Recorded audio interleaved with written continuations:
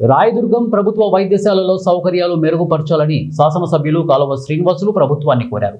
రాష్ట్ర శాసనసభలో మంగళవారం ఆయన మాట్లాడుతూ రాయదుర్గం ప్రభుత్వ వైద్యశాల పరిస్థితి గురించి వివరించారు. గత టీడీపీ ప్రభుత్వంలో కామినేని శ్రీనివాసరావు మంత్రిగా ఉన్నప్పుడు 100 పడకల ఆసుపత్రిగా దీన్ని మార్చారని తెలియజేశారు. అందుకు అనుగుణంగా అదనపు భవనాల నిర్మాణానికి అవసరమైన నిధులు కేటాయించారని అన్నారు.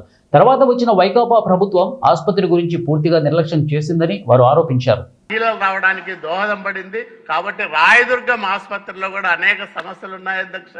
కామినేని శ్రీనివాస్ గారు మాది 100 పడకల ఆసుపత్రిగా చేర్చారు.